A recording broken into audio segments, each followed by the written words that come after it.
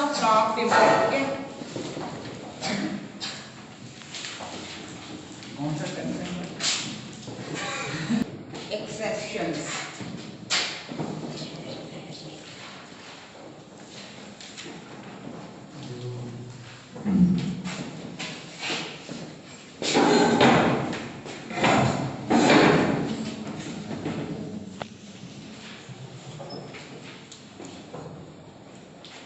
Exceptions का मतलब पता है तुम्हें क्या होता है?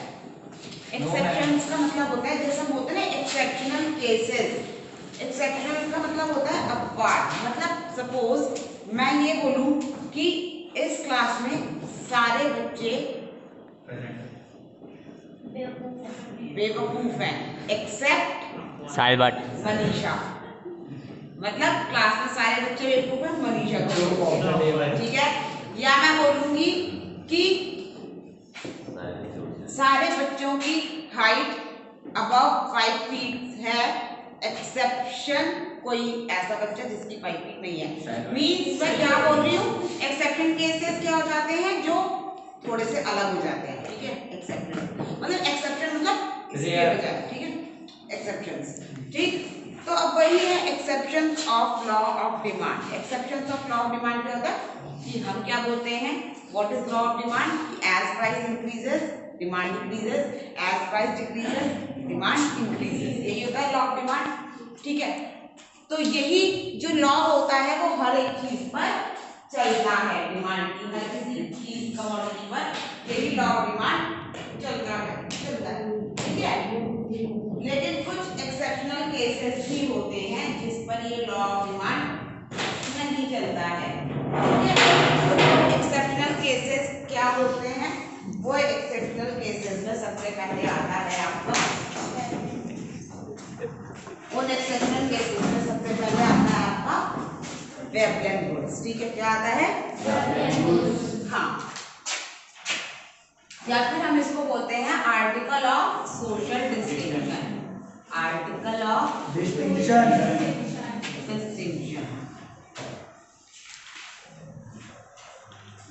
अब ये आर्टिकल ऑफ डिस्टिंक्शन की जो थ्योरी थी वो प्रोफेसर वेबलेन ने दी थी, इसलिए हम इसको वेबलेन गुड्स भी कहते हैं,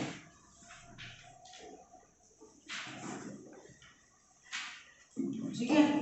इसलिए हम इसको वेबलेन गुड्स भी कहते हैं, ठीक है। तो इसमें क्या होता है बेटा, देखो हम क्या बोल रहे हैं कि जब किसी चीज का प्राइस डाउन होगा तो डिमांड इंक्रीज होगी, प्राइस इंक्रीज होगा तो डिमांड डिक्रीज होगी। लेकिन ये जो सोशल रिस्ट्रिक्शंस वाले जो कमोडिटीज होती हैं इनमें उल्टा होता है केस। इनमें क्या होता है, प्राइस जैसे जैसे बढ़ेगा डिमांड भी बढ़ेगी, प्राइस डाउन होगा तो डिमांड भी डिक्रीज होगी। अब देखो जो हाई प्रोफाइल जो पीपल्स होते हैं, बहुत जिनके पास अथाह पैसा होता है, तो इनके यहाँ पे क्या होता है, चीजें नेसेसिटी से ज्यादा क्यों ली जाती है, शो ऑफ के लिए ली जाती है ना।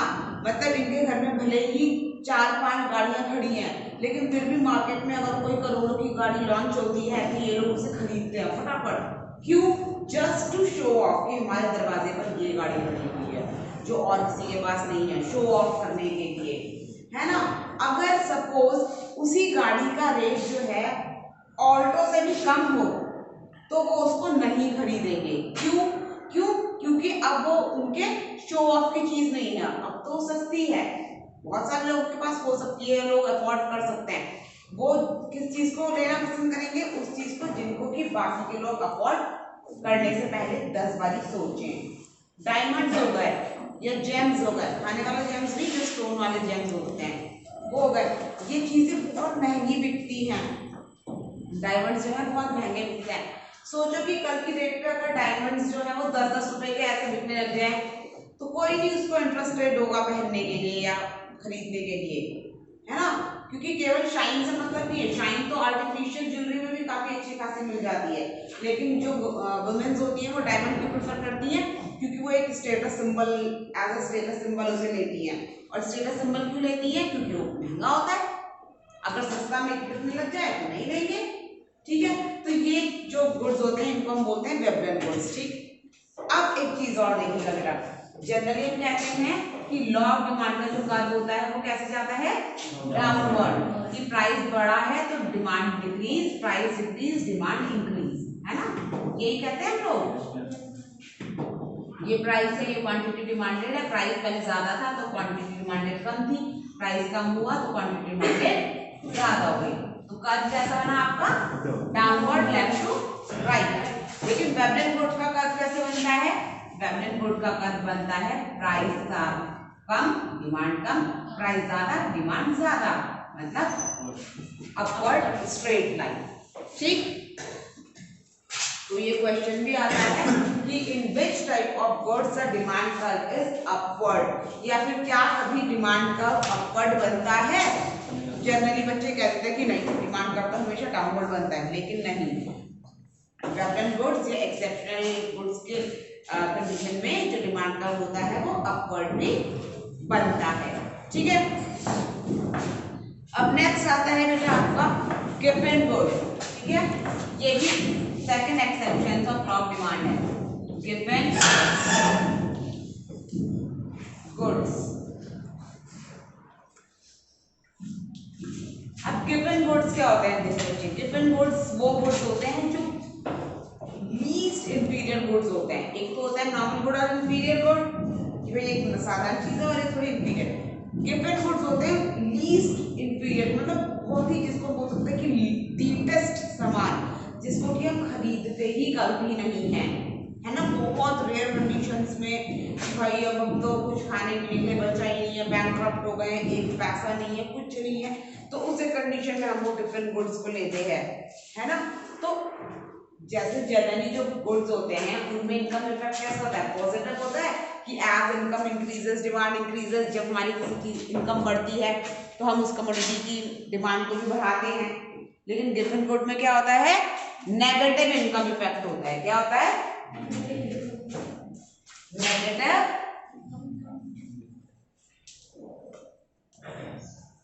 Income effect. इसमें क्या होगा, अगर आपकी इनकम बढ़ेगी तो क्या आप घटिया सामान लेना चाहोगे, नहीं लेना चाहोगे। अगर इनकम डाउन हो जाएगी तभी तो उसकी डिमांड बढ़ाओगे। तो गिवन गुड में क्या होता है, ये भी एक्सेप्शन ऑफ डिमांड है। क्यों, क्योंकि जैसे ही आपकी इनकम कम होती है आप उसकी डिमांड बढ़ाते हो, इनकम ज्यादा होती है तो डिमांड को घटा देते हो। ठीक है, देखो क्या बोल रहे हैं, given goods are highly inferior goods showing a very high negative income effect. As a result, when the price of such commodity falls, their demand also falls. Even when they happen to be relatively cheaper than other goods, they are properly known as given paradox. और इसी को हम given paradox भी बोलते हैं। ठीक है, तो कई बार क्वेश्चन क्या आता है बेटा कि व्हाट इज गिवन पैराडॉक्स। तो कई बार बच्चे परेशान जाते हैं कि यार गिवन गुड तो हमने पढ़ा था मगर गिवन पैराडॉक्स हमने नहीं पढ़ा। तो गिवन पैराडॉक्स भी क्या है, सेम यही वाली थ्योरी है। क्या थ्योरी है कि in so many cases if the prices of the commodity decreases, still the demand for the commodity does not get increased because of the negative income effect। कि चाहे से कमोडिटी का रेट घट गया है फिर भी लोग उसे नहीं खरीद रहे, क्योंकि इसमें नेगेटिव इनकम होता है कि अगर अगर इनकम बढ़ती है तो हम उसकी डिमांड को डिक्रीज कर देते हैं। इसलिए कमोडिटी की जो प्राइस होती है वो चाहे डिक्रीज भी हो जाए तभी भी उसकी डिमांड इंक्रीज नहीं होती। क्यों, क्योंकि बंदे की इनकम बढ़ गई होती है, और जब बंदे की इनकम बढ़ जाएगी तो चाहे आप उस गिवन गुड का रेट कितना ही नीचे कर दीजिए वो उसकी डिमांड को कभी भी नहीं करेगा।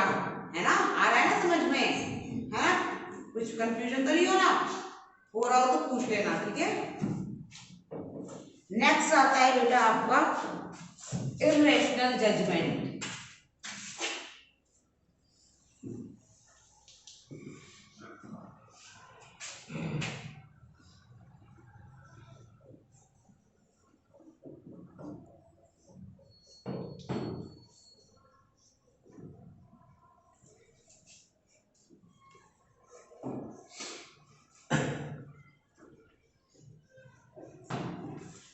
Irrational judgement of consumer. कई बार क्या होता है,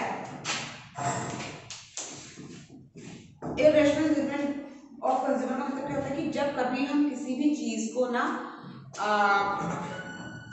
जो उसका क्वालिटी जो है उसके प्राइस के बेसिस पर तय करते हैं। कई बार ऐसा होता है कि हम मार्केट में जाते हैं ना, तो हमें दो चीज़ें अगर सामने दिख रही हैं, एक सेम जैसे शर्ट ले रहे हैं, तो एक शर्ट 500 रुपीज़ की और एक शर्ट अगर 1000 की है और दिखने में सेम लग रही है, ये 500 की दे रहा है, ये 1000 की दे रही है, दिख रही है सेम वही शर्ट है, सब कुछ वही है, कलर वगैरह साइज वगैरह सब, तभी भी ना हमारे दिमाग में एकदम से क्या आ जाता है, यार चीज़ें दोनों सेम है, फिर भी ये 500 का 1000 का, क्वालिटी में फर्क होगा, है ना, यही सोचते हैं क्वालिटी में फर्क होगा। और मैक्सिमम टाइम क्या करते हैं, यार जब लेना ही है तो अच्छी क्वालिटी का लो, यही उठाओ और आ जाओ, है ना। मोस्टली बॉयज के केसेस में ऐसा होता है, जैसे गर्ल्स होती हैं, गर्ल्स को अगर हम 500 रुपीज दे देंगे ना, तभी वो मार्केट से जाके एक ड्रेस भी लेंगी, फुटवेयर भी लेंगी और कुछ खा के भी आ जाएंगी, कर लेंगी वो एक काम, ठीक है। लेकिन बॉयज को अगर हम 500 रुपीज दे देंगे तो मुश्किल से अपने जूते भी नहीं लेकर आ पाएंगे, है ना। क्यों? क्योंकि जो बॉयज होते हैं वो ज्यादातर क्या करते हैं, कमोडिटी को जो एग्जामिन करते हैं वो उनके प्राइस के बेसिस पे करते हैं, यार ये महंगा है तो ये अच्छा होगा, ये सस्ता है तो बेकार होगा। तो ऐसे केसेस में भी क्या होता है, जब आप प्राइस की वजह से कमोडिटी की क्वालिटी को जज करते हो, इरेशनल जजमेंट करते हो, इसमें क्या होता है कि प्राइस अगर हाई होगा तो डिमांड बढ़ती है, प्राइस कम होगा तो डिमांड डिक्रीज हो जाती है। जो ब्रांडेड आइटम्स आते हैं तो वो क्या करते हैं बेटा, कुछ ऐसा तो नहीं है कि वो कुछ ऐसा मटेरियल शर्ट में यूज कर रहे हैं जो कि कभी फटने नहीं वाला है या इंफिनिटी तक रहने वाला है। नॉर्मल शर्ट होती है ना, जो आराम से आपको 1000-1500 तक की मिल जाती है, स्टिल वही शर्ट जो है ब्रांड के नाम पर 3000, 4000, 5000 तक की भी आती है। क्यों? Just because there is a brand behind it, है ना, वो उन्होंने अपना ब्रांड बना रखा है कि हम इतने का बेच रहे हैं उससे। अब लोग भी बड़े उससे लेते हैं क्योंकि प्राइस ज्यादा है, ब्रांड है, तो भैया इसी की डिमांड बढ़ा रहे हैं, ठीक है। अब नेक्स्ट टॉपिक जो मैं तुम्हें कल को बोल रही थी कि एक क्वेश्चन जो है कि व्हाई डिमांड का स्लोप्स डाउनवर्ड, ये आपका 2 मार्क्स में भी आता है, 4 मार्क्स में भी आता है, 6 मार्क्स में भी आता है। तो जब 2 मार्क्स पे आता है तब तो आप सिंपली आंसर करते हो कि because there is a inverse relationship between price and commodity demanded, therefore the demand curve is downward. लेकिन अगर ये 6 मार्क्स का क्वेश्चन आ जाए तो आप क्या करोगे, ठीक है।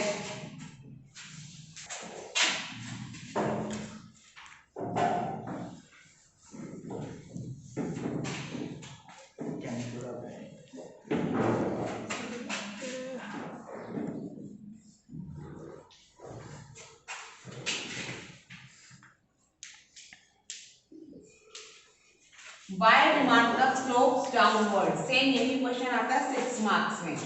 तो इसका सबसे पहला जो आंसर होता है, इसका आंसर आपका पूरे 5 पॉइंट्स में आएगा, इसलिए ये 6 मार्क्स का क्वेश्चन होता है। Because of law of diminishing marginal utility, मतलब जो हमने DMU पढ़ा है, law of diminishing marginal utility की वजह से डिमांड का जो है वो डाउनवर्ड बनता है, क्योंकि आप जैसे जैसे किसी चीज को कंज्यूम करते रहते हो उसकी मार्जिनल यूटिलिटी डिक्रीज होती रहती है ना। स्टार्टिंग में अगर आप उसका थोड़ा ज्यादा रेट दे भी दो, लेकिन जब आप सेकंड टाइम से खरीदने जाते हो तो आप उसको उतना ज्यादा रेट नहीं दोगे। तो जैसे जैसे आप उसका कंजप्शन बढ़ाओगे, उसकी डिमांड कम करोगे, उसकी यूटिलिटी कम होगी। तो डिमिनिशिंग मार्जिनल यूटिलिटी की वजह से जो डिमांड कर्व होता है वो डाउनवर्ड बनता है। क्या बोल रहे हैं, देखो, according to this law, consumption of a commodity increases, marginal utility of each successive unit goes diminished. जैसे जैसे कंजप्शन बढ़ता है, जो मार्जिनल यूटिलिटी होती है इस कमोडिटी की वो क्या होती है, डिक्रीज होती जाती है। Accordingly, for even additional unit of the purchase and the consumer willing to pay less and less. इसके अकॉर्डिंग क्या होता है फिर कि जैसे जैसे कंज्यूमर किसी कमोडिटी को कंजप्शन करता रहता है, उसका कंजप्शन करता रहता है, तो हर दूसरी चांस में वो उसके ऊपर कम से कम खर्चा करना चाहेगा। बहुत ही सिंपल है, आप मार्केट में जा रहे हो, पोस्टली आप जैसे ही जा रहे हो, अच्छा चलो सोचो, जब कोई मूवी आती है, कोई बहुत अच्छी मूवी आती है, तो फर्स्टली जब आप जाते हो तो आप बोलते हो ना कि यार कोई सा भी प्लैटिनम वाला टिकट मिल जाए, आप मूवी तो देखनी ही है, चाहे आपको हर मिनट खर्च करने पड़े, प्लैटिनम का टिकट जितने में देख ली, ठीक है। अब जब आप नेक्स्ट टाइम जाते हो कि दोस्त ने बोला यार मैं नहीं जा पाया था, कुछ फिर से चल मेरे साथ, तब जब आप सेकंड टाइम जाओगे तो आप क्या बोलोगे, यार प्लैटिनम नहीं देखनी है मुझे, देखूंगे तो ज्यादा गोल्ड है ना, अब 200 ज्यादा का टिकट मैं नहीं अफोर्ड कर सकता है ना। फिर जब तीसरी बार जाओगे तब तो बोलोगे फ्री में दिखा रहे तो बोल, वरना मैं नहीं अपने पैसे खर्च कर रहा, है ना, यही होगा। तो मतलब क्या है कि जैसे जैसे हम उसका कंजप्शन बढ़ा रहे हैं वैसे वैसे हम जो है हमारी जो बिलिंगनेस है उस चीज पर खर्चा करने की वो कम होती चली जा रही है, जिसकी वजह से लॉ ऑफ डिमांड जो है डाउनवर्ड बन रहा है, राइट। उसके बाद होता है बेटा आपका income effect.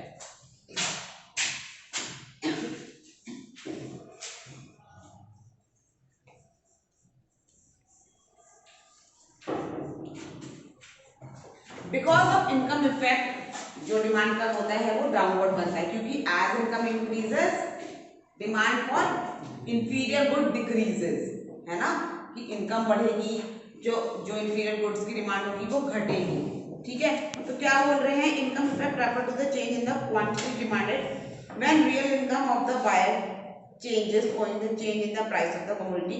With a fall in price, real income increases according to demand of the commodity expand. अब क्या है, अब इसमें देखो क्या होता है बेटा, लेकिन मैम अब नेक्स्ट होता है बेटा आपका सब्स्टिट्यूट इफेक्ट।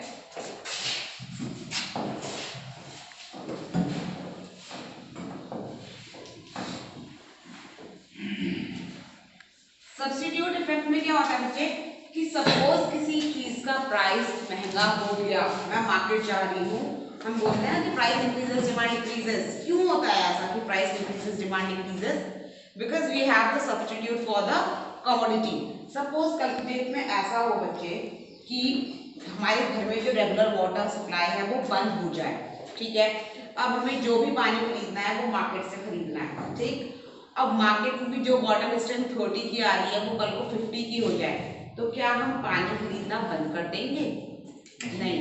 क्यों? Because we don't have the substitute for water, हमारे पास पानी का कोई सब्स्टिट्यूट नहीं है, ठीक है।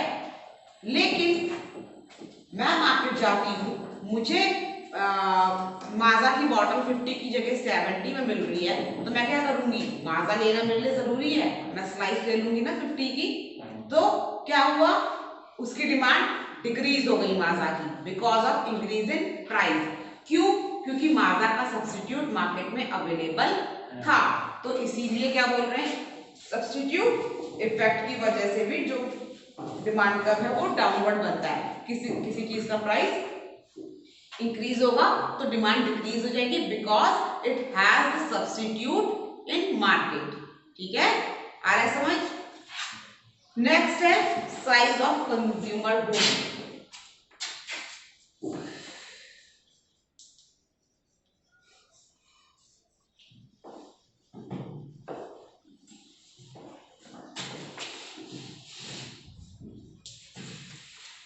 साइज ऑफ कंज्यूमर गुड्स में देखो क्या बोल रहे हैं, when the price of commodity falls many more buyers can afford to buy it accordingly demand expand। क्या होता है इसमें देखो बेटा कि कई बार क्या होता है कि चीजें भले ही किसी चीज का प्राइस ज्यादा है मार्केट के अंदर या कम है, चलो सपोज एक कंडीशन में देखते हैं कि किसी चीज का प्राइस कम है। अब जब हम कम प्राइस करते हैं ना बेटा, सपोज देखो कोई एक जगह है, सपोज ये एक कोई एरिया है, ठीक है।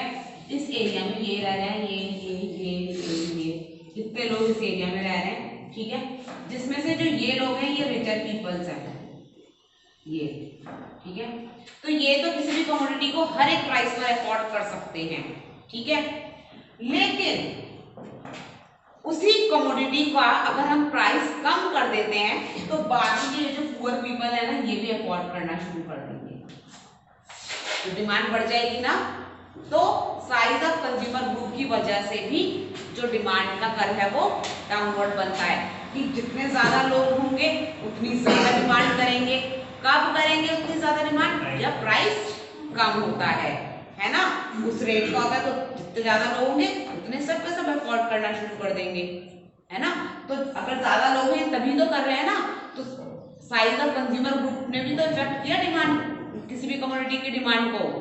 सपोज कोई एक ही बंदा होता, उसके लिए चाहे हम प्राइस कम भी कर दें तो भी वो कितनी डिमांड कर लेगा, जैसे मैंने उस दिन बताया था कि मैं इसको 5,000 रुपीज दे के मार्केट भेज देती हूँ, तो मैक्सिमम ये कितने पिज्जा ऑर्डर कर लेगी एक दिन में? 1 2 3, मैक्सिमम इससे ज्यादा तो नहीं। और वही अगर कंज्यूमर ग्रुप बड़ा हो जाए तो काफी सारे हो सकते हैं।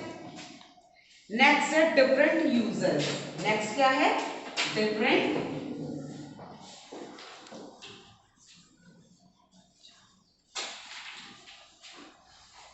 यूजर्स। डिफरेंट यूजर्स का मतलब होता है कि जब हम किसी कमोडिटी को डिफरेंट डिफरेंट वेज में यूज करते हैं, जैसे वाटर हो गया, जैसे मिल्क हो गया, जैसे इलेक्ट्रिसिटी हो गई, ठीक है।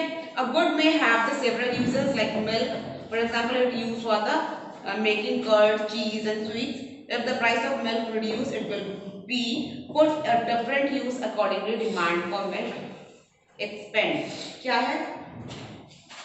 सपोज कोई ऐसी चीज है जिसका हम एक से कहीं ज्यादा तरीकों के लिए यूज करते हैं। सपोज मिल्क है, मिल्क हम अगर हमें बहुत महंगा मिल रहा है, सपोज 1000 रुपीज पर लीटर मिल रहा है सपोज, तो हम उसे केवल कब अफोर्ड करेंगे? जब हमें किसी छोटे बेबी को फीड कराना होगा। क्यों? क्योंकि हमें पता है कि जो किड्स होते हैं वो मिल्क के अलावा कोई दूसरा मील उनके लिए अवेलेबल नहीं है ना। लेकिन वही दूध जब बहुत ज्यादा सस्ता हो जाए तो हम क्या करेंगे? ठीक है, फिर तो सारी चीजें बन रही हैं, उसमें मिठाइयाँ भी बन रही हैं, दही भी खुद बनाई जा रही है, पनीर भी खुद बनाया जा रहा है, सारी चीजें खुद बनाई जा रही है। क्यों? क्योंकि प्राइस आपने उसका डिक्रीज कर दिया है और मिल्क के बहुत सारे यूजेस होते हैं। सेम वही कंडीशन अगर मैं आपको कहती हूं कि अगर सपोज हनी है, हनी, ठीक है ना बेटा, हनी अगर मैं इस टाइम पे अगर सपोज हनी का 1 किलो का जो बॉटल है वो अगर 200 रुपीज का आ रहा है, वही 200 रुपीज का बॉटल अगर मैं 50 रुपीज में भी तुम्हें देने लग जाऊं, तो भी आप एक दिन में या एक महीने में कितना हनी यूज कर लोगे? चलो हनी के भी एक बार को काफी सारे यूजेस होते हैं। सपोज मैं बोलूं कि कोई एक मेडिसिन है आपकी वायरल फीवर की, पैरासीटामोल है सपोज, या कोई दूसरी मेडिसिन है किसी भी फीवर वगैरह की, उसका रेट अगर 100 रुपीज है एक टैबलेट का, ठीक है, उसका रेट अगर मैं 1 रुपीज भी कर दूं तो आप कितना खा लोगे उसे? तभी तो खाओगे जब बुखार होगा, जब फीवर होगा। ये तो नहीं होगा ना कि खाते रहोगे सस्ती हो गई खाओ खाओ, है ना, ऐसा तो नहीं होगा। तो वही है, अगर किसी चीज का सेवरल यूज है, या चलो ये भी छोड़ो, अब तुम सिंपल तो देखो, जो सोप होते हैं, सोप, ये एकदम परफेक्ट एग्जांपल रहेगा। सोप जो होते हैं, है ना, उनका रेट अगर मार्केट में 100 रुपीज है और अगर वही सोप मैं 10 रुपीज का देने लग जाऊं, 10 रुपीज में मिल रहा है, तो भी आप कितना यूज कर लोगे? नहाने के टाइम तो यूज करोगे, खाने तो नहीं लगोगे उसे, है ना। तो चाहे आप उसका प्राइस डिक्रीज भी कर दोगे तो डिमांड पर कोई बहुत ज्यादा असर नहीं आएगा। क्यों? क्योंकि वो डिफरेंट यूजेस के लिए काम में नहीं आते हैं। मिल्क हो गया, वाटर हो गया, शुगर हो गया, ये डिफरेंट डिफरेंट यूजेस के लिए काम में आते हैं, इसलिए इनका प्राइस जब डिक्रीज होगा तो इनकी डिमांड इंक्रीज होती है और डिमांड का जो है डाउनवर्ड बनता है, ठीक है।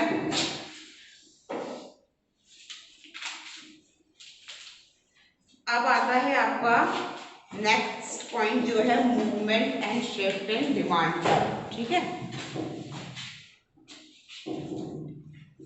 Movement and shift in demand का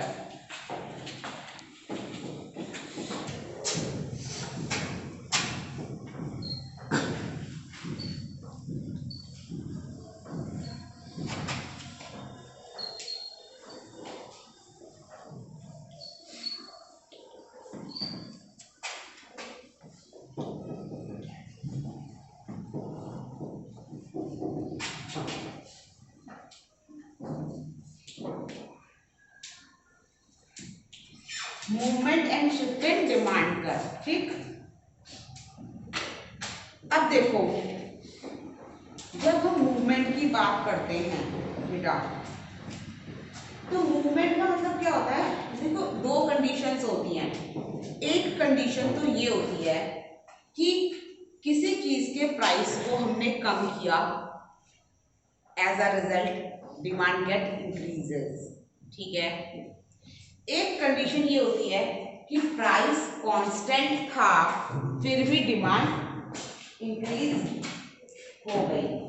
ठीक है, ऐसा नहीं होता है।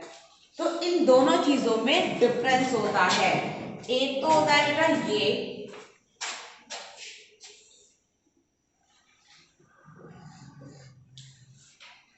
Price quantity demand, price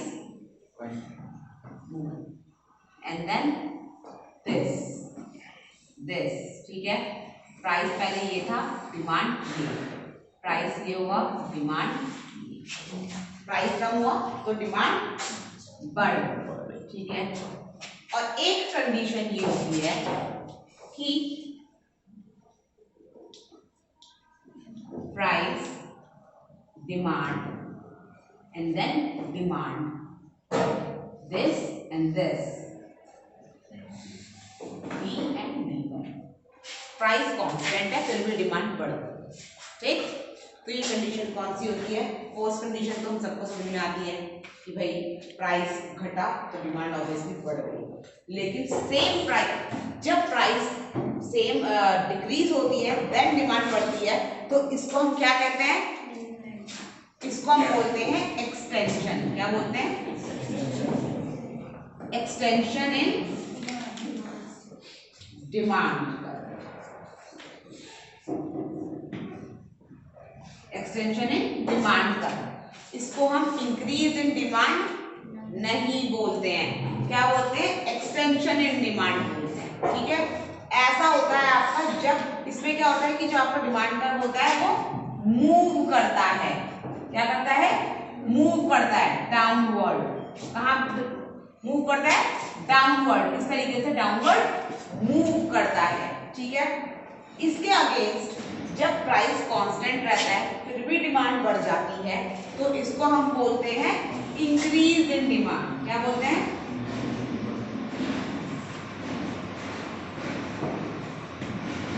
increase in demand. इसमें क्या होता है, जो कर्व होता है वो आपका शिफ्ट होता है, राइटवर्ड शिफ्ट होता है, ठीक है। अब देखो, इसको आप ध्यान से देखो, कभी भी मार्केट के अंदर किसी चीज की डिमांड बढ़ती है तो आप लोग बोलते हो कि डिमांड इंक्रीज हो गई है उसकी, ठीक है। लेकिन ऐसा नहीं होता कि प्रोडक्ट की डिमांड हमेशा इंक्रीज हो रही होती है, जबकि मैक्सिमम टाइम उनमें ये देखने को मिलता है कि प्रोडक्ट की जो डिमांड है वो एक्सटेंड हुई होती है। कभी भी तुम देखना, कोई प्रोडक्ट अभी 10 रुपीज का कोई सोप आ रहा है, अगर उसकी डिमांड मार्केट में अचानक बढ़ती है तो क्यों बढ़ती है? क्योंकि सोप पे लिखा होता है 2 रुपीज लेस, प्राइस घटा दिया, या फिर 25% एक्स्ट्रा, क्वांटिटी ज्यादा दे रहे हैं सेम प्राइस पर। इस कंडीशन में अगर प्रोडक्ट की डिमांड बढ़ रही है तो उसको डिमांड का इंक्रीज होना नहीं कहते हैं, उसको डिमांड का एक्सटेंशन होना कहते हैं कि एक्सटेंशन हुआ है। Because of fall in price demand that increases, the condition is known as extension in demand. अगर इंक्रीज इन डिमांड हम किस कंडीशन में कहते हैं कि प्राइस वही है, 10 का 10 है, फिर भी डिमांड बढ़ गई है, उस कंडीशन में हम कहते हैं कि इंक्रीज इन डिमांड हुआ है। और ऐसा बहुत रेयर होता है, ऐसा केवल तब होता है जब क्वालिटी ऑफ प्रोडक्ट अच्छा हो और या फिर कंडीशंस मार्केट में ऐसी कुछ बन गई हो कि अचानक से उसकी डिमांड लोगों में ज्यादा बढ़ गई है। सपोज कोई ऐसा वायरल वगैरह, ऐसा कुछ पेंडेमिक वगैरह ऐसी कुछ फैल गई है और जिसका ट्रीटमेंट केवल वो टैबलेट्स हैं, तो वो टैबलेट्स की डिमांड अचानक से सेम प्राइस पर भी बढ़ जाएगा, तो वो हो जाएगी इंक्रीज इन डिमांड। या फिर जैसे सैनिटाइजर्स थे, सैनिटाइजर्स पहले कोई नहीं पूछ रहा था, जैसे पेंडेमिक हुआ, जैसे कोविड आया, इवन हायर प्राइसेस पर भी, पहले तो सेम प्राइस पर डिमांड बढ़ी, फिर उसके बाद हायर प्राइसेस पर भी डिमांड बढ़ी, तो उसको हम रियल मीनिंग में बोलेंगे कि प्राइस कांस्टेंट होने पर भी जो डिमांड है वो बढ़ गई। इट मींस वो था आपका इंक्रीज इन डिमांड, ना कि मैंने 25% बढ़ा दिया क्वांटिटी या फिर मैंने 10% प्राइस लेस कर दिया और डिमांड बढ़ गई, तो वो होगा आपका एक्सटेंशन इन डिमांड, ठीक है। बाकी का कल पढ़ाएंगे।